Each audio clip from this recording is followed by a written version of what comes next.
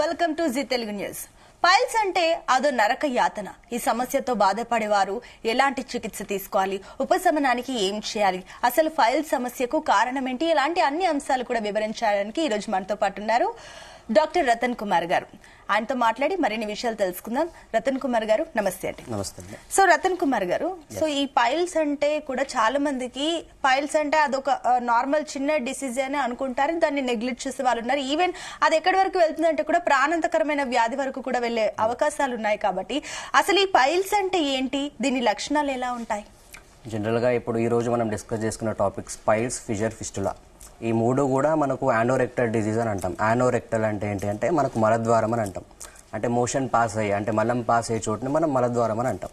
So అక్కడ వచ్చే మనకు నార్మల్గా మూడు సమస్యలు ఏముంటాయంటే పైల్స్ అన్న నార్మల్గా దాన్ని హెమరాయిడ్స్ అని కూడా అంటాం. ఈ పైల్స్ అంటే ఏంటి అంటే జనరల్గా మనకు నార్మల్గా ప్రతి ఒక్క హ్యూమన్ బీయింగ్కి హెమరాయిడల్ ప్లెక్సెస్ అంటే మోషన్ వెళ్లే దగ్గర యానల్ కెనాల్ దగ్గర ప్లెక్సెస్ అనేవి కామన్గా ఉంటాయి. దాని ఫంక్షన్ ఏంటి అంటే ఎప్పుడైతే దానికి మోషన్ టచ్ అవుతుందో బ్రెయిన్ నుంచి సిగ్నల్స్ వస్తాయి అన్నమాట. అప్పుడే కింద యానల్ కెనాల్ అనేది ఓపెన్ అప్ అవుతుంది. సో ఎప్పుడైతే ఈ మోషన్ కొంచెం హార్డ్గా రావడం కానివ్వండి, అంటే కాన్స్టిపేషన్ మలబద్ధకం ఇష్యూ ఉన్న వాళ్ళకి ఇలాంటి పైల్స్ వచ్చే ఛాన్సెస్ ఎక్కువగా ఉంటుంది. సో మనం నార్మల్గా ఈ కాన్స్టిపేషన్ ఎందుకు వస్తుందనే దాని గురించి మనం ట్రీట్ చేయాలి.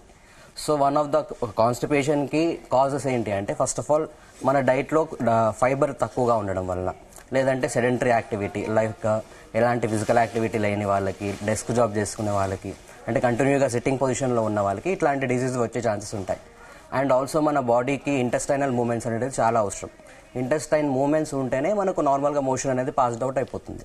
సో ఎప్పుడైతే ఇంటెస్టైనల్ మూమెంట్స్ సరిగ్గా లేనప్పుడు, అంటే మన డైట్లో ఫైబర్ తక్కువగా ఉన్నప్పుడు మనకి ఇట్లాంటి కాన్స్టిపేషన్ ఇష్యూ వస్తూ ఉంటుందన్నమాట. సో ఎప్పుడైతే ఇట్లాంటి మనకు పైల్స్ కానివ్వండి, లేదంటే పైల్స్ని నెగ్లెక్ట్ చేస్తే ఫిషర్ అని అంటాం. సో జనరల్గా పైల్స్ యొక్క సిమ్టమ్స్ ఏముంటాయంటే జనరల్గా అక్కడ పేషెంట్స్ ఏం చెప్తారంటే మనకు మోషన్ పాస్ అయ్యేటప్పుడు బర్నింగ్ అనిపించడము, లేదంటే motion painful motion pass out చేయడము, లేదంటే ఒక్కొక్కసారి మనకు వాళ్ళు వాష్ చేసుకునేటప్పుడు మాస్ అనేది కనిపిస్తుంది, అంటే ఒక స్లైట్ స్వెల్లింగ్ అనేది కనిపిస్తూ ఉంటుంది అనమాట. అండ్ ఆల్సో ఒక్కొక్కసారి ఇది కాస్త నార్మల్గా ఇది పైల్స్ అనేది 2 టైప్స్ ఉంటాయి. ఐదర్ ఎక్స్టర్నల్ ఉండొచ్చు, లేదంటే ఇంటర్నల్ పైల్స్ ఉండొచ్చు. ఎక్స్టర్నల్ పైల్స్ అంటే ఏంటి అంటే మనకు కంటికి కనిపిస్తుంది, అంట నేకెడ్ ఐకి కనిపిస్తూ ఉంటుంది. అదే ఇంటర్నల్ పైల్స్ అంటేనేమో మలద్వారం లోపల ఉంటుంది. అది ఎప్పుడైతే మనకు కొలనోస్కోపీ కానివ్వండి, ప్రోక్టోస్కోపీ కానివ్వండి, అంటే డిజిటల్ ఎగ్జామినేషన్ చేసినప్పుడే మనకు అది కనిపిస్తూ ఉంటుంది అనమాట. సో ఇది మేజర్ డిఫరెన్స్ అనేది చూసుకోవాలి. లైక్ ఇంటర్నల్ పైల్స్ ఉందా, ఎక్స్టర్నల్ పైల్స్ ఉన్నాయా, లేదంటే పైల్స్తో పాటు ఒక్కొక్కసారి ఫిషర్ కూడా వచ్చే ఛాన్స్ ఉంది. జనరల్గా యానల్ ఫిషర్ అంటే ఏంటి అంటే మనకు నార్మల్గా యానల్ కెనాల్లో ఒక లాంగిట్యూడినల్ అంటే లీనియర్ టేర్ అనేది జరుగుతుంది. అంటే ఒక రాపిడి జరగడం వల్ల మోషన్ ఆడుగున్నప్పుడు అక్కడ స్కిన్ అనేది రప్చర్ అవుతుంది అనమాట. దాన్ని మనం యానల్ ఫిషర్ అని అంటూ ఉంటాం. సో ఒక్కొక్కసారి మనం యానల్ ఫిషర్ని నెగ్లెక్ట్ చేస్తే ఎండ్ స్టేజ్ వచ్చేసరికి యానల్ ఫిస్టులా అని అంటాం. ఈ యానల్ ఫిస్టులా అంటే ఏంటి అంటే మనకు ఎక్కడైతే మోషన్ లోపల యానల్ కెనాల్ ఉంటుందో అక్కడ ఒక్కొక్కసారి యాప్సెస్ ఫామ్ అవుతుంది. యాప్సెస్ అంటే ఒక పుండులాగా ఫామ్ అవ్వడము. ఆ పుండు అనేది రప్చర్ అయిపోయి బయటికి ఒక ట్రాక్ట్ అనేది ఫామ్ అవుతుంది. అంటే ఒక కనెక్షన్ అనమాట బయట స్కిన్కి అండ్ యానల్ కెనాల్కి. దాన్ని మనం యానల్ ఫిస్టులా అని అంటూ ఉంటాం. సో ఇది నార్మల్గా యానల్ ఫిస్టులా అనేది ఇంకా అంటే లైఫ్ థ్రెటనింగ్ కండిషన్ ఉంటుంది ఒక్కొక్కసారి. లైక్ ఎక్కువగా ఇన్ఫెక్టెడ్ అయినప్పటికీ, లేదంటే అక్కడ నుంచి పస్ రావడం కానివ్వండి, బ్లడ్ రావడం ఎక్కువగా కామన్గా యానల్ ఫిస్టులా చూస్తూ ఉంటాం.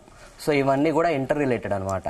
యానల్ ఫిషర్ కానివ్వండి, పైల్స్ కానివ్వండి, ఫిస్టులా కానివ్వండి, ఇవన్నీ మలద్వారానికి సంబంధించింది కాబట్టి ఒకదానికొకటి ఇంటర్లింకింగ్ ఉంటుంది అనమాట. ఓకే, సో మీరు చాలా క్లియర్ గా చెప్పారు. నాట్ ఓన్లీ పైల్స్, అక్కడ ఫిషర్స్, ఫిస్టులా ఇవన్నీ కూడా ఉంటాయని చెప్పేసి, ఇందులో ఇన్ని రకాలు ఉన్నాయి కాబట్టి. అండ్ ఈ లక్షణాలు ఇప్పుడు మీరు అన్నట్లు ఎక్స్టర్నల్ ఉండొచ్చు అండ్ ఇంటర్నల్ గా ఉండొచ్చు. ఎక్స్టర్నల్ గా ఓకే గుర్తుపట్టొచ్చు, కానీ ఇంటర్నల్ గా వాళ్ళకి ఎప్పుడు ఎలా ఉంటుంది ఏంటో చాలా మందికి ఇక్కడ కొంచెం కన్ఫ్యూజ్ అవుతుంటారు. కాబట్టి సో వాళ్ళకి అలాంటి సిమ్టమ్స్ కనిపించినప్పుడు ఎప్పుడు డాక్టర్ ని సంప్రదించాలి, అది ఎంత వరకు పీక్ వెళ్లే ఛాన్సెస్ ఉన్నాయి? యా అండి, ఇప్పుడు నార్మల్గా కొంతమందికి ఏంటి అంటే ఒక 1 వీక్ నుంచి మోషన్ వెళ్ళేటప్పుడు పెయిన్ వస్తుంది అని అంటారు. సో వాళ్ళు కొంతమంది సెల్ఫ్ డయాగ్నోస్ చేసుకుంటారు. లైక్ డాక్టర్ దగ్గరికి రాకుండానే పెయిన్ వస్తుంది కదా, కొంచెం లైక్ స్పైసెస్ తక్కువ చేసుకోవడము, అండ్ ఆల్సో కొంచెం డైట్ కరెక్ట్గా మెయింటైన్ చేసుకోవడం, అవన్నీ చేస్తూ ఉంటారు. అది కూడా కరెక్టే, కానీ కాకపోతే 50% వరకే అది మేనేజ్మెంట్. అంటే ఉన్న ప్రాబ్లం మేనేజ్ అవుతుంది కానీ ట్రీట్ అవ్వట్లేదు. దాన్ని ట్రీట్ అవ్వాలంటే దగ్గర ఉన్న ఏదన్నా ఒక వాళ్ళ డాక్టర్ని కన్సల్ట్ అయ్యి మాకు ఇట్లాంటి సిమ్టమ్స్ వస్తున్నాయని చెప్తే సో మేము ఎగ్జామినేషన్ అనేది వాళ్ళకి అడ్వైస్ చేస్తాము. లేదంటే అంటే ఎక్స్టర్నల్ పైల్స్ ఉంటేనేమో మనం నార్మల్గా కంటికి కనిపిస్తుంది కాబట్టి మేమే చూసి అది ఎక్స్టర్నల్ పైల్స్ ఉందని డయాగ్నోస్ చేయొచ్చు. లేదు అంటే ఇంటర్నల్గా ఏదన్నా ఫిజర్ ఉన్నా, లేదంటే నార్మల్గా ఇంటర్నల్ ఫిజర్ ఉండొచ్చు, ఇంటర్నల్ ఎమరాయిడ్స్ ఉండొచ్చు, అంటే ఇంటర్నల్ పైల్స్ ఉండొచ్చు. ఇది మనకు ఎప్పుడు బయటపడుతుందంటే ఫస్ట్ చెప్పాను కదా కొలోనోస్కోపీ అనేది. ఇది కొలోనోస్కోపీ అనేది డయాగ్నోస్ చేస్తాం అనమాట. కొలోనోస్కోపీ కానివ్వండి, ప్రొక్టోస్కోపీ కానీ ఇవన్నీ ఏంటి అంటే మనకు లోపల కెమెరా పెట్టి చూస్తారు, అంటే ఒక స్కోపీ లాగా, సో ఎండోస్కోపీ లాగా అనమాట. సో ఇవన్నీ కూడా మనం అడ్వైస్ చేస్తే వాళ్ళకి ఇంటర్నల్లో ఏమన్నా ఉన్నాయా ఆ కాజేషన్ అనేది రిమూవ్ చేయాలి. ఎప్పుడు ఆ కాజ్ ఎందుకు వస్తుంది అనేది కూడా, అంటే వాళ్ళు సెడెంటరీ యాక్టివిటీ ఏమన్నా మెయింటైన్ చేస్తున్నారా, లేదంటే కంటిన్యూస్ సిట్టింగ్ పొజిషన్లో ఎలాంటి ఫిజికల్ యాక్టివిటీ లేకుండా ఇట్లాంటిది ఏమన్నా ఉంటే వాళ్ళు అట్లాంటి మనకు అవి అవాయిడ్ చేసుకోవడం కానివ్వండి, లేదంటే ఆల్కహాల్ హ్యాబిట్ ఏమన్నా ఉన్నా, స్మోకింగ్ హ్యాబిట్ ఉన్నా దాన్ని అవాయిడ్ చేయడము, ఇవన్నీ కూడా వాళ్ళకి అడ్వైస్ చేస్తాం అనమాట. వాళ్ళకి not only treatment part medicine ద్వారానే కాదు, మెడిసినల్ అనేది ఒక 70% యాక్ట్ చేస్తుంది, 30% వాళ్ళ మేనేజ్మెంట్ అండ్ డైట్ అనమాట. ఇవన్నీ కూడా కరెక్ట్ గా చేస్తేనే 100% క్యూర్ అనేది వస్తుంది. కాకపోతే ఇవన్నీ కూడా సివియారిటీని కూడా చూసుకోవాలి మనం. సో వాళ్ళకి అక్యూట్ స్టేజ్ లో వస్తే ఒక 1 month లోపు ఉంటే పర్లేదు. కాకపోతే కొంతమంది ఏంటంటే నెగ్లెక్ట్ చేస్తారు, 2 years అయినా 3 years అయినా కూడా నార్మల్గా అదే వెళ్ళిపోతుంది, రొటీన్ గా ఉంటుంది కదా అని చెప్పి వాళ్ళు నెగ్లెక్ట్ చేస్తే అది క్రానిక్ స్టేజ్ కి వెళ్ళిపోతుంది. క్రానిక్ అంటే దీర్ఘకాలపు సమస్యలాగా మారిపోతుంది. సో వాళ్ళకి ఏంటి అంటే ఉన్న సివియారిటీ పెరుగుతుంది కాబట్టి సో వాళ్ళకి కొంచెం టైం పట్టే ఛాన్సెస్ ఉంటుంది ట్రీట్మెంట్ లో. సో టోటల్లీ మనకు ట్రీట్మెంట్ పార్ట్ వచ్చేసరికి డిపెండింగ్ అపాన్ ద ఇమ్యూనిటీ అనమాట. అంటే మనకు నార్మల్గా ఎవరికైనా కానీ రోగనిరోధక శక్తి అని అంటాం. ఈ రోగనిరోధక శక్తి ఏం చేస్తుందంటే మనకు నార్మల్గా ఏదైనా బ్యాక్టీరియా కానీ వైరస్ కానీ మన బాడీకి ఎంటర్ అయినప్పుడు అది ఒక డిఫెన్స్ మెకానిజం లాగా యాక్ట్ చేస్తుంది. సో ఎప్పుడైతే ఇమ్యూనిటీ లెవెల్స్ ఎక్కువగా ఉన్న వాళ్ళకి ఎట్లాంటి డిజీజ్ వచ్చినా గానీ కొంచెం అక్యూట్ స్టేజ్ లోనే తగ్గిపోతుంది. ఎవరికైతే లో ఇమ్యూనిటీ ఉంటుందో వాళ్ళకి కొంచెం ఆ డిజీజ్ అనేది సివియారిటీ లెవెల్స్ పెరుగుతాయి. సో ఇప్పుడు హోమియోకేర్ ఇంటర్నేషనల్ లో మేము చేసే ట్రీట్మెంట్ ఏముంటుంది అంటే లైక్ కాన్స్టిట్యూషనల్ మెడిసిన్ అని అంటాం. కాన్స్టిట్యూషన్ అంటే ఏంటి అంటే ఇప్పుడు నార్మల్గా అలోపతిలో చూసుకుంటే లైక్ పెయిన్స్ కి సప్రెస్ చేయడానికి పెయిన్ కిల్లర్స్ ఇవ్వడం కానివ్వండి, అట్లా స్పెసిఫిక్ మెడిసిన్స్ ఉంటాయి.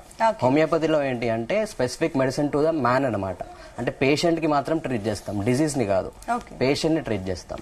ఈ పేషెంట్ ని ట్రీట్ చేయాలంటే మనకు నార్మల్ గా కేస్ టేకింగ్ అనేది చాలా ఇంపార్టెంట్. ఈ కేస్ టేకింగ్ లో కూడా వాళ్ళ కాజేషన్ అనేది ఏంటి, అండ్ ఆల్సో వాళ్ళ చిన్నప్పటి నుంచి ఇప్పటి వరకు వాళ్ళ ఇమ్యూనిటీ లెవెల్స్ ఎలా ఉన్నాయి, అండ్ ఆల్సో వాళ్ళు అంటే డిజీజ్ కి ఎలా రియాక్ట్ అవుతున్నారు, ఇవన్నీ కూడా మనం కేస్ టేకింగ్ లో చూసుకుంటే సో వాళ్ళకి కాన్స్టిట్యూషనల్ బేస్డ్ ఇప్పుడు నార్మల్ గా 2 individuals తీసుకుంటే వాళ్ళిద్దరికి పైల్స్ ఉన్నప్పటికీ కూడా సేమ్ మెడిసిన్ అనేది ఉండదు. ఎందుకంటే వాళ్ళ కాజేషన్ వేరే ఉండొచ్చు, వాళ్ళ సివియారిటీ కూడా స్టేజెస్ వారీగా ఉంటుంది. నార్మల్ గా పైల్స్ లో 4 stages ఉంటాయి, Stage 1, Stage 2, Stage 3 and Stage 4 అనమాట. ఈ Stage 1 లో ఉండేసరికి ఏంటి అంటే నార్మల్ గా మోషన్ వెళ్ళేటప్పుడు పెయిన్ అనేది కంప్లైంట్ చేస్తూ ఉంటారు. Stage 2కి వచ్చేసరికి మోషన్ వెళ్ళేటప్పుడు అక్కడ ఒక మాస్ స్వెల్లింగ్ అనేది బయటకు వస్తూ పోతుంది, అంటే వస్తూ పోవడం Stage 2లో గమనిస్తాం. అండ్ Stage 3, Stage 4లో ఏమవుతుందంటే ఆ ఉన్న మాస్ ఏదైతే ఉందో అది కంప్లీట్ గా బయట ఉండిపోతుంది. లైక్ ఇంకా అది వాళ్ళు కూర్చున్నప్పుడు డిస్కంఫర్ట్ ఫీల్ అవ్వడము, ఎక్కడ నార్మల్ గా వాషింగ్ చేసేటప్పుడు బ్లడ్ రావడము, మోషన్ అనడము, ఇవన్నీ కూడా కామన్ గా వాళ్ళు చూస్తూ ఉంటాం అనమాట. సో ఇవన్నీ వాళ్ళకి ఎలా ఉన్నాయి అండ్ ఆల్సో వాళ్ళ ఇమ్యూనిటీ లెవెల్స్ ఎలా ఉన్నాయి, అప్పుడు మనం కాన్స్టిట్యూషనల్ మెడిసిన్ అనేది ఇవ్వడం వల్ల వాళ్ళకి కంప్లీట్ గా ఇప్పుడు నార్మల్ గా వచ్చిన డిజీజ్ రికరెన్స్ రాకుండా కూడా ఆపొచ్చు అనమాట. ఓకే, సో డాక్టర్ గారు మీరు చాలా క్లియర్ గా అంతా ఎక్స్ప్లెయిన్ చేయడం జరిగింది.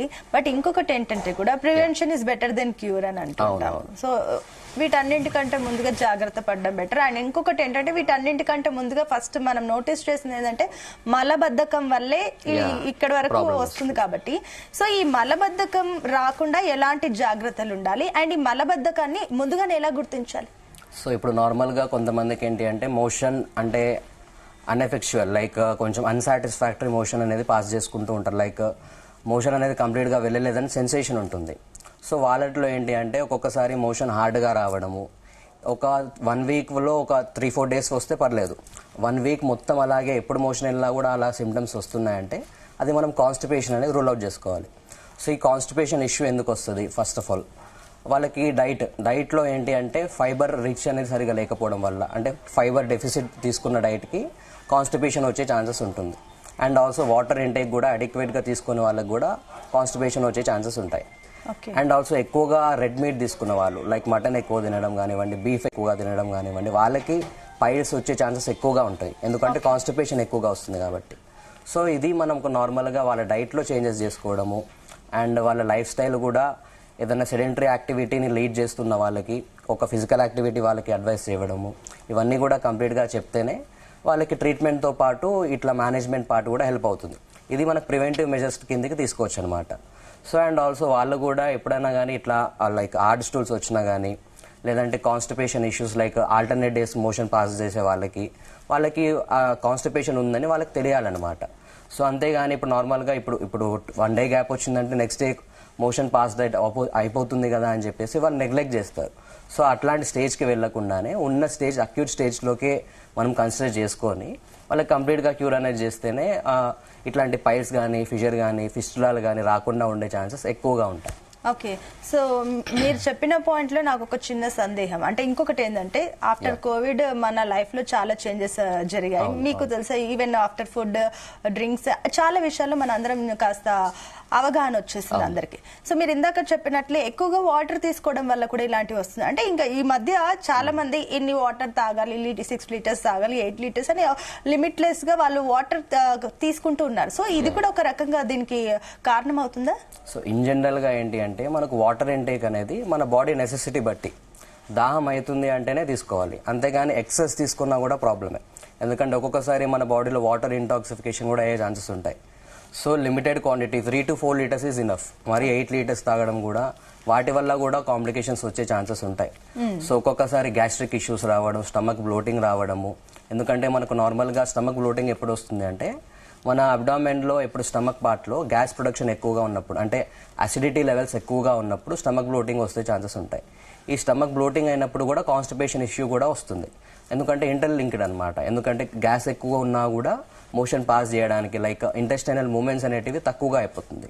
సో ఎప్పుడైతే బవల్ మూమెంట్స్ అనేది తక్కువగా అయిపోతుందో సో వాళ్ళకి కొంచెం కాన్స్టిపేషన్ ఇష్యూ వచ్చే ఛాన్సెస్ చాలా ఉంటాయి. సో అందువల్ల వాళ్ళకి కూడా వాటర్ ఇంటేక్ కూడా అంటే వాళ్ళకి సరిపోయేంత నీళ్ళే తాగాలి. లైక్ దాహం వేస్తుంది అంటే సరిపోతుంది.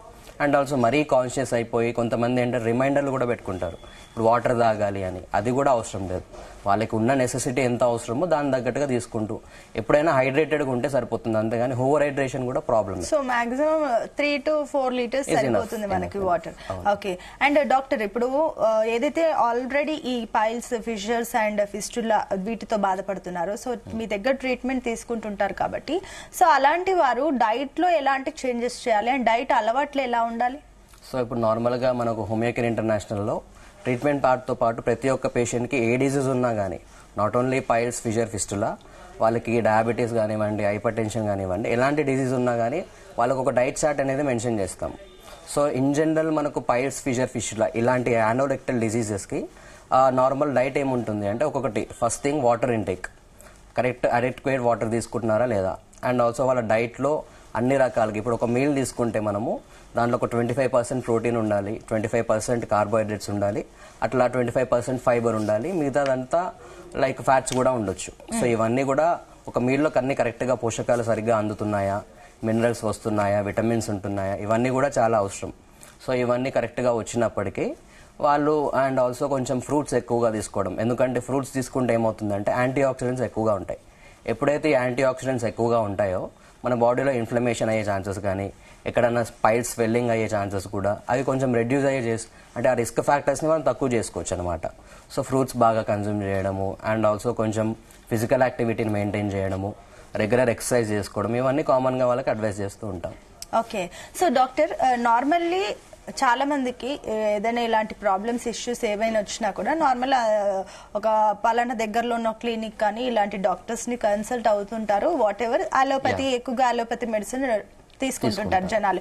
ఈ హోమియోపతి మెడిసిన్ గురించి పబ్లిక్ కి చాలా అవేర్నెస్ ఇంకా రాలేదు అండ్ అది చాలా స్లోగా పనిచేస్తుంది, ఇదైతే ఫాస్ట్ గా వచ్చేస్తుంది కదా అని పబ్లిక్ లో ఒక టైప్ ఆఫ్ ఉంది. కాబట్టి సో దీనికి ఏం చెప్తారు అంటే అలోపతికి వెళ్ళే కాకుండా హోమియోపతికే వెళ్ళాలి అంటే మీరేం చెప్తారు? నథింగ్ అండి. ఇప్పుడు మనం చూస్తున్న క్లినిక్ లో ఏంటి అంటే చాలా వరకు అవేర్నెస్ అయితే వచ్చింది. ఎందుకంటే ఇప్పుడు ఏ డిజీజ్ అయినప్పటికీ కూడా అలోపతికి వెళ్లకుండా ఆల్టర్నేటివ్ మెడిసిన్ కోసమే చూస్తున్నారు. ఎందుకు అంటే పేషెంట్కి సైడ్ ఎఫెక్ట్స్ లేని మెడిసిన్ అనేది అవసరం. ఇప్పుడు కొంతమంది ఎడ్యుకేటెడ్ పర్సన్స్ ఉన్నా కూడా వాళ్ళు ఏంటి అంటే సైడ్ ఎఫెక్ట్స్ లేకుండా నాకు మెడిసిన్ ఉండాలి అండ్ ఆల్సో మరీ క్రానిక్గా వెళ్లకుండా అక్యూట్ స్టేజ్లో తగ్గిపోవాలనే ఛాన్సెస్ ఉంటాయి. అంటే వాళ్ళకి ఏమవుతుంది అంటే వెల్ ఎడ్యుకేటెడ్ పర్సన్స్కి హోమియోపతి డైరెక్ట్ వస్తున్నారు అండ్ ఆల్సో కొంతమంది అలోపతిక్ డాక్టర్స్ కూడా హోమియోపతి మెడిసిన్ వాడతారు. ఎందుకంటే అలోపతి వల్ల కొంచెం ఒక్కోసారి సైడ్ ఎఫెక్ట్స్ వస్తే ఛాన్సెస్ ఉంటాయి కాబట్టి వాళ్ళు కొంచెం అట్లాంటి సైడ్ ఎఫెక్ట్స్ రాకుండా కూడా ప్రివెంటివ్ మెజర్స్ కోసం హోమియోపతి వాడే ఛాన్సెస్ ఎక్కువగా ఉంటాయి. సో వాళ్ళల్లో చెప్పేది ఏంటి అంటే ఇప్పుడు నార్మల్ కొంతమందికి విలేజ్ పీపుల్లో వాళ్ళకి ఏంటి అంటే కొంచెం పెయిన్ కిల్లర్స్ వేసుకుంటే సరిపోవడము అవన్నీ కామన్గా చూస్తూ ఉంటారు. సో ఇట్లా వాళ్ళకి ఏంటి అంటే కొంచెం లైక్ అన్ఎడ్యుకేటెడ్ పర్సన్స్కి వాళ్ళకి అవేర్నెస్ తేవడానికి కొంచెం మేము హెల్త్ క్యాంప్స్ కానివ్వండి అవన్నీ కూడా కండక్ట్ చేస్తున్నాం ఇప్పటికీ కూడా. సో దాని వల్ల కూడా వాళ్ళకి అవేర్నెస్ పెరుగుతూ ఉంటుంది. అండ్ ఆల్సో వాళ్ళకి హోమియోపతి వల్ల ఎఫెక్ట్స్ ఏముంటాయి, బెనిఫిట్స్ ఏముంటాయి, అండ్ ఆల్సో వాళ్ళకి అలోపతి సైడ్ ఎఫెక్ట్స్ ఏముంటాయి కూడా వాళ్ళకి ఎక్స్ప్లెయిన్ చేస్తాం. సో అలా చేయడం వల్ల ఏమవుతుంది అంటే వాళ్ళు కొంచెం నాలెడ్జ్ కూడా గెయిన్ అవుతున్నారు. వాటి వల్ల ఇప్పుడు చాలా మంది అయితే ప్రెసెంట్ సిచ్యువేషన్ ఏంటి అంటే హోమియోపతి చాలానే పెరిగిపోయింది. అంటే చాలా వరకు హోమియోపతికి తీసుకోవాలనే ఛాన్సెస్ వాళ్ళకి చాలా అంటే వాళ్ళకి నాలెడ్జ్ వచ్చిందనమాట. సో వాళ్ళకి ఎందుకు వచ్చింది అంటే సైడ్ ఎఫెక్ట్స్ ఉండదు కాబట్టి, and also safe medicine and also effective medicine ఉంటుంది. ఎప్పుడైతే కాన్స్టిట్యూషనల్ మెడిసిన్ అనేది ఇవ్వడం వల్ల వాళ్ళకి ఏంటి అంటే ఉన్న డిసీజ్ మళ్ళీ వాళ్ళ లైఫ్లో రాకుండా కూడా ఆపే ఛాన్సెస్ ఉంటాయి. కాబట్టి చాలా వరకు అంటే అవేర్నెస్ అయితే పెరిగిందండి. ఓకే, గుడ్ థింగ్, అది మీ నుంచి వినడం బాగుంది. అండ్ ఇంకొకటి ఏంటంటే సరే హోమియో కేర్ లో ఎలాంటి ట్రీట్మెంట్స్ అవైలబుల్ గా ఉన్నాయి, and coming to the patients గురించి మాట్లాడాలంటే హోమియోపతి మెడిసిన్ వచ్చేసి ఇట్స్ ఎ స్లో ప్రాసెస్ అని చెప్తుంటారు. కాబట్టి నాట్ ఓన్లీ ఫిజికల్, మెంటలీగా కూడా పేషెంట్ ని ట్రీట్ చేయాల్సిన అవసరం ఎంతైనా ఉంటుంది. ఎందుకంటే పేషెంట్ కి ఇంకా ఎందుకు ఈ జీవితం మనకు విరక్తి చెందే టైం కూడా చాలా మందికి మనం చూసాం. కాబట్టి so doctor not only patient mentally కూడా ట్రీట్ చేయాల్సిన అవసరం ఎంతైనా ఉంటుంది. కాబట్టి సో హోమియో కేర్ లో పర్టికులర్ మీరు పేషెంట్స్ పైన ఎలాంటి ఇంట్రెస్ట్ చూపిస్తారు? సో ఇప్పుడు నార్మల్గా హోమియోపతి అంటే అదొక లైఫ్ లాంగ్ వాడాలి అనే కండిషన్ ఉంటుందని వాళ్ళు ఎప్పుడూ అనుకుంటూ ఉంటారు. కానీ అది అనేది ఒక మిత్తే అనమాట. ఎందుకంటే ఏదైనా కానీ ఒక ట్రీట్మెంట్ పార్ట్ వచ్చేసరికి it's totally depending upon there immunity బాగా ఉంటే వాళ్ళకి తొందరగా తగ్గే ఛాన్సెస్ ఎక్కువగా ఉంటుంది. కాబట్టి సో వాళ్ళకి నేను చెప్పేది ఏంటి అంటే హోమియోపతి వల్ల ఎప్పుడైనా కానీ బెనిఫిట్సే ఉంటాయి కానీ ఎలాంటి సైడ్ ఎఫెక్ట్స్ అయితే ఉండవు. అండ్ ఆల్సో ఎప్పుడైనా మన హోమియో కేర్లో ఏంటి అంటే కాన్స్టిట్యూషన్ అని చెప్పాను కదా, ఈ constitutional depending upon the body severity and also causation. ఎప్పుడైనా కానీ మీరు చెప్పిన విధంగా కూడా మైండ్కి బాడీకి కనెక్షన్ అనేది 100% ఉంటుంది. ఎక్కువగా స్ట్రెస్ లెవెల్స్ ఉన్నా కానీ, లేదంటే ఓవర్ థింకింగ్ చేసినా, యాంగ్జైటీ లెవెల్స్ పెరిగినప్పుడు, డిప్రెషన్ ఉన్నా కూడా ఇట్లాంటి డిజీజ్ బాగా వచ్చే ఛాన్సెస్ ఉన్నాయి. సో ఇప్పుడు నార్మల్గా స్ట్రెస్ రిలేటెడ్ అయితే మెటబాలిక్ డిజార్డర్స్ బాగా వస్తున్నాయి. Metabolic disorders like diabetes mellitus కానివ్వండి, హైపర్ టెన్షన్ కానివ్వండి, హైపోథైరాయిడ్, హైపర్ థైరాయిడ్, ఇవన్నీ కూడా స్ట్రెస్ రిలేటెడ్. అంటే ఇవన్నీ ఏంటి అంటే ఇమ్యూనిటీ లెవెల్స్లో చేంజెస్ అయ్యే ఛాన్సెస్ ఉంటాయి. కాబట్టి అండ్ ఆటో ఇమ్యూన్ డిజార్డర్స్ అని అంటాం. ఈ ఆటో ఇమ్యూన్ డిజార్డర్స్ అంటే ఏంటి అంటే ఎప్పుడైతే మన ఇమ్యూన్ సిస్టమ్ అనేది మన బాడీకి అగేన్స్ట్ గానే యాంటీబాడీస్ ప్రొడక్షన్ అనేది చేస్తుంది. సో మన ఓన్ సెల్స్ మనమే డ్యామేజ్ చేసుకున్నట్టు అవుతుంది. ఇది ఎప్పుడు వస్తాయంటే స్ట్రెస్ బాగా ఉన్నప్పుడు, లైక్ ఎక్కువగా స్ట్రెస్ని మేనేజ్ చేసుకోకపోవడం కానివ్వండి, అండ్ ఎక్కువగా ఓవర్ థింకింగ్ చేసిన వాళ్ళకి ఇట్లాంటి ఆటో ఇమ్యూన్ డిజీజ్ వస్తాయి. సో ఇట్లాంటి ఆటో ఇమ్యూన్ డిజీజ్కి హోమియోపతి అనేది చాలా ఎఫెక్టివ్గా పనిచేస్తుందండి. ఇట్లాంటి auto immune disease like SLE అని అంటాము, రొమటైడ్ ఆర్థరైటిస్ అని అంటాము, సోరియాసిస్ అని అంటాము, ఇవన్నీ కూడా వీటికైతే చాలా ఎఫెక్టివ్గా పనిచేస్తుంది. లైక్ వాళ్ళకి ఎందుకంటే కాన్స్టిట్యూషనల్ మెడిసిన్ ఇవ్వడం వల్ల వాళ్ళకి రికరెన్స్గా అంటే మళ్ళీ వాళ్ళ లైఫ్లో రాకుండా కూడా ఆపే ఛాన్సెస్ ఉంటాయి. కాకపోతే ఏంటి అంటే వాళ్ళ సివియారిటీని కూడా చూసుకోవాలి. And also stage of the disease వాళ్ళ సివియారిటీని బట్టి వాళ్ళకి ట్రీట్మెంట్ అనేది అడ్వైజ్ చేస్తాం. అంటే మన హోమియోకేర్ ఇంటర్నేషనల్లో ఒక కోర్స్ అనేది వాళ్ళకి ఇస్తే ఆ అడ్వాన్స్ మెడిసిన్ ఇవ్వడం వల్ల వాళ్ళకి కంప్లీట్ గా క్యూర్ అయ్యే ఛాన్సెస్ ఉంటాయి. ఓకే, సో మనము మాట్లాడుతుంది ఇప్పుడు పైల్స్, ఫిస్టులా, ఫిషర్స్ గురించి. కాబట్టి ఈ ట్రీట్మెంట్ హోమియో కేర్ లో ఎంత టైం ఉంటుంది? సో ఇన్ జనరల్ గా చెప్పిన విధంగా ఏంటి అంటే ఎప్పుడైతే మనం కేస్ టేకింగ్ తీసుకుంటామో వాళ్ళ ఇమ్యూనిటీ లెవెల్స్ కూడా మనకు తెలిసిపోతుంది. లైక్ చిన్నప్పటి నుంచి ఇప్పటి వరకు వాళ్ళకి ఎట్లాంటి డిజీజ్ వచ్చినాయి, అండ్ ఆల్సో ఆ డిజీజ్కి ఎలా రియాక్షన్ అయింది, వాటి వల్ల మనకి ఇమ్యూనిటీ లెవెల్స్ పెరుగుతాయి. అంటే వాళ్ళ ఇమ్యూనిటీ లెవెల్స్ మనకు తెలుస్తుంది. కాబట్టి so depending upon the immunity levels మనం కోర్స్ అనేది అడ్వైజ్ చేస్తాము. అంటే మన పాస్ట్ హెల్త్ హిస్టరీ కూడా ఇందులో ఇంక్లూడ్ అవుతుంది. చిన్నప్పటి నుంచి ఎలాంటి డిసీజెస్ వచ్చాయి ఇవన్నీ కూడా ఇవన్నీ అడిగితేనే కాన్స్టిట్యూషన్ అనేది బయటకు వస్తుంది అనమాట.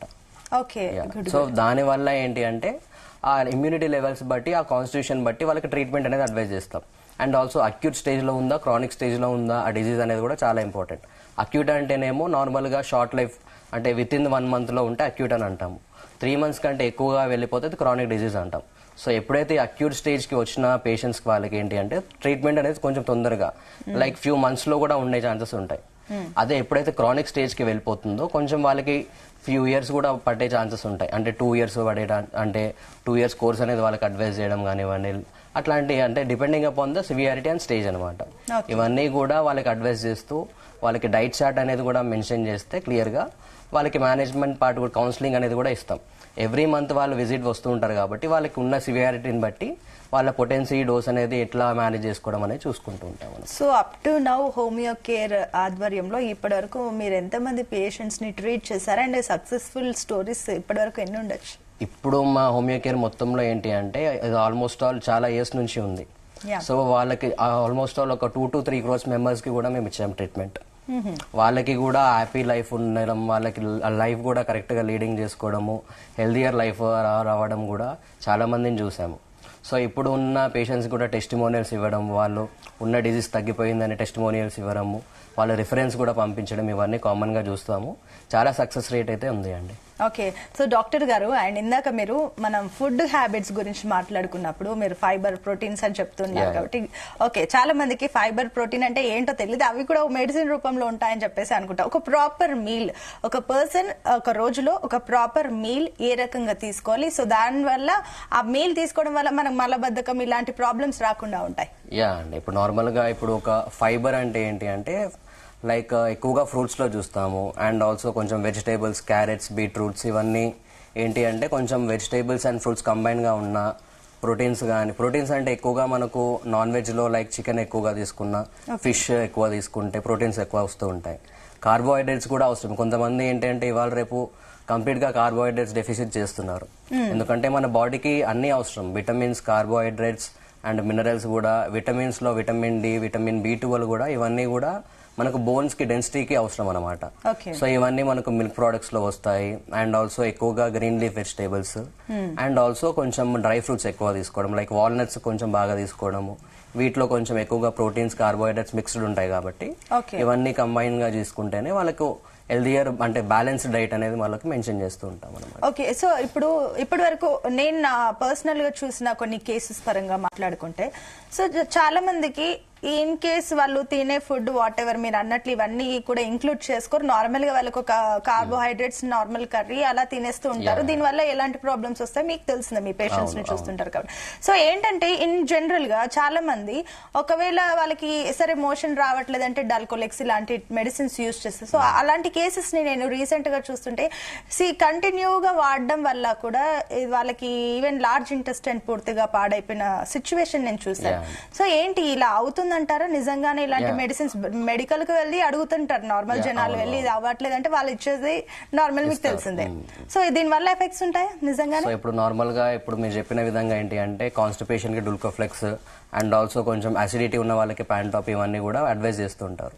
ఇది ఎక్కువ కాలం వాళ్ళు వేసుకున్నప్పటికీ ఏమవుతుంది అంటే వాళ్ళకి ఆ డిజీజ్, ఆ డ్రగ్ ఏదైతే ఉందో అడ్మినిస్టర్ చేసుకుంటున్నారు కదా, అది వాళ్ళకి అడిక్షన్ లాగా అయిపోతుంది అనమాట. అంటే ఇంకా ఆ మెడిసిన్ వేసుకోకపోతే నాకు మోషన్ రాదు అనే సిచ్యువేషన్ కూడా వెళ్తున్నారు. ఇప్పుడు నార్మల్ గా 2 to 3 years వరకు ఇట్లాంటి డూల్కోఫ్లెక్స్ వాడడం కానీ, కాన్స్టిపేషన్ ఇష్యూకి ఎట్లాంటి మెడిసిన్ వేసుకొని వచ్చిన పేషెంట్స్ చాలా ఉన్నారు. సో వాళ్ళకి ఏంటి, వాళ్ళు ఏం కంప్లైంట్ చెప్తూ ఉంటారంటే ఈ మెడిసిన్ వేసుకోకపోతే నాకు ఇంకా మోషన్ రాదు, అండ్ ఈ మెడిసిన్ వేసుకుంటే నాకు అసిడిటీ ప్రాబ్లం తగ్గుతుంది, ఇంతే చెప్తారు. కాకపోతే అది ఇన్స్టాంట్ గా రిలీఫ్ వస్తుంది కానీ కంప్లీట్ గా మనము క్యూర్ అనేది చేయలేదు కదా. సో ఉన్న సైడ్ ఎఫెక్ట్స్ చాలా ఉంటాయి. నాట్ ఓన్లీ ఇప్పుడు అది ఇంటెస్టైన్ కి ప్రాబ్లం కాదు, వేరే ఆర్గాన్స్ ఎఫెక్ట్ అయ్యే ఛాన్సెస్ కూడా చాలా ఉంటాయి.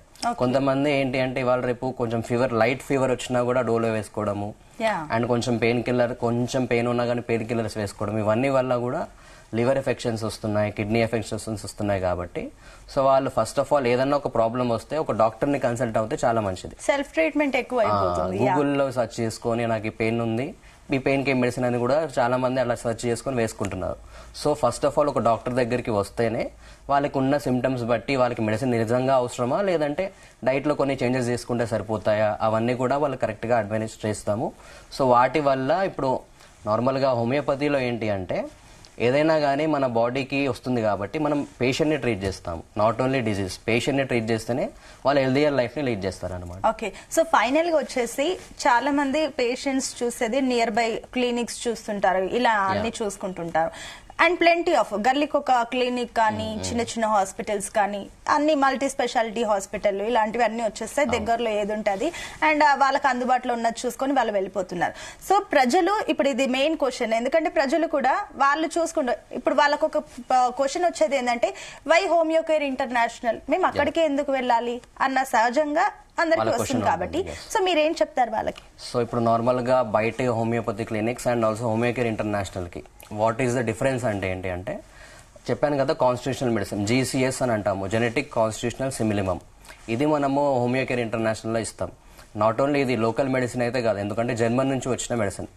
సో ఇది అండ్ ఆల్సో వీటికి ఎట్లాంటి సైడ్ ఎఫెక్ట్స్ లేకుండా ఓన్ ప్రిన్సిపల్స్ అనేవి మేము అందరం గ్రూప్ డిస్కస్ చేసుకుంటూ, డాక్టర్స్ అందరు కలిసి కూడా గ్రూప్ డిస్కషన్ చేసుకుంటూ ఉన్న పేషెంట్కి, ఒక పేషెంట్కి 3-4 డాక్టర్స్ కలిపి ట్రీట్మెంట్ అనేది ఇస్తాము. సో అప్పుడు వచ్చినప్పుడు ఈ కాన్స్టిట్యూషనల్ లెవెల్స్ అంటే వాళ్ళకి ఇమ్యూనిటీ లెవెల్స్ పెరగడానికి ఛాన్సెస్ చాలా ఉంటాయి. అండ్ మనకు ఇప్పుడు హోమియోకేర్లో ఏంటి అంటే కాన్స్టిట్యూషనల్ మెడిసిన్ అనేది చాలా ఇంపార్టెంట్. అండ్ ఆల్సో ఎవ్రీ డిజీజ్కి వాళ్ళకి డైట్ చార్ట్ కూడా మెన్షన్ చేస్తున్నాం కాబట్టి వీటి వల్ల బెనిఫిట్స్ అనేవి చాలా ఉంటాయి. ఓకే, సో డాక్టర్ ఫైనల్ గా మా వ్యూవర్స్ కి మీరు ఏం చెప్తారు? సో ఇప్పుడు నార్మల్గా ఈ రోజు టాపిక్ యానల్ రెక్టల్ డిజీజ్ కి సంబంధించింది కాబట్టి నాట్ ఓన్లీ ఈ డిజీజ్ మీకు డయాబెటీస్ కానివ్వండి, హైపర్ టెన్షన్ కానివ్వండి, లేదంటే ఎలాంటి మెటబాలిక్ డిజార్డర్స్ కానివ్వండి, ఆస్టియోఆర్థరైటిస్ అని అంటూ ఉంటాము, రొమటైడ్ ఆర్థరైటిస్ అంటూ ఉంటాము, ఎలాంటి ఆటో ఇమ్యూన్ డిజీజ్ అయినా ఏ డిజీజ్కైనా కూడా హోమియోపతిలో మీకు చాలా ట్రీట్మెంట్ అనేది బెనిఫిట్స్ ఉంటాయండి. అండ్ నార్మల్గా హోమియోపతి అంటే లాంగ్గా వాడాలి, క్రానిక్ స్టేజ్కి వెళ్ళినాక వాడాలి, క్రానిక్ డిజీజ్కి మాత్రమే ఉంటాయి అని అనుకుంటూ ఉంటారు. సో అక్యూట్ స్టేజ్కి కూడా హోమియోపతిలో ట్రీట్మెంట్ అనేది ఉంటుంది. ఎలాంటి డిజీజ్ వచ్చినప్పటికీ కూడా మీకున్న సిమ్టమ్స్ అండ్ సివియారిటీని బట్టే ట్రీట్మెంట్ అనేది ఇస్తాము. అంతేగాని ఇప్పుడు నార్మల్గా మీకు ఒక పెయిన్ వచ్చిందంటే దానికి పెయిన్ కిల్లర్ అడ్మినిస్టర్ చేయము, అలాంటివి కాకుండా కాన్స్టిట్యూషనల్ మెడిసిన్ ఇవ్వడం వల్ల అది కంప్లీట్గా డిజీజ్ అనేది క్యూర్ అనేది అవుతుంది కాబట్టి సో ఇది మనకు హోమియోపతి వల్ల వచ్చే బెనిఫిట్స్ అండి. Okay, thank you doctor, me valuable time మా కోసం కేటాయించినందుకు. సో హోమియో కేర్ ఇంటర్నేషనల్ లో ఆల్ ట్రీట్మెంట్స్ కి సంబంధించి, ఆల్ డిసీజ్ కి సంబంధించి ట్రీట్మెంట్స్ అయితే అవైలబుల్ గా ఉన్నాయి అండ్ అవి కూడా కంప్లీట్ గా పరిష్కారం అయితే చూపిస్తాయంటూ మాత్రం డాక్టర్లు నమ్మకంగా చెప్తున్నారు. అండ్ ఇంకొకటి, హోమియో కేర్ ఇంటర్నేషనల్ లో మీకు కూడా కన్సల్టేషన్ కావాలంటే అది ఫ్రీగా ఉందని కూడా అక్కడ హాస్పిటల్ యాజమాన్యం అయితే చెప్తుంది. అండ్ మీకు ఏమైనా డౌట్స్ ఉంటే కూడా స్క్రీన్ పైన కనిపిస్తున్న ఈ నంబర్స్ కి అయితే మీరు కాల్ చేయొచ్చు. That's all for now. Keep watching Zee Telugu news.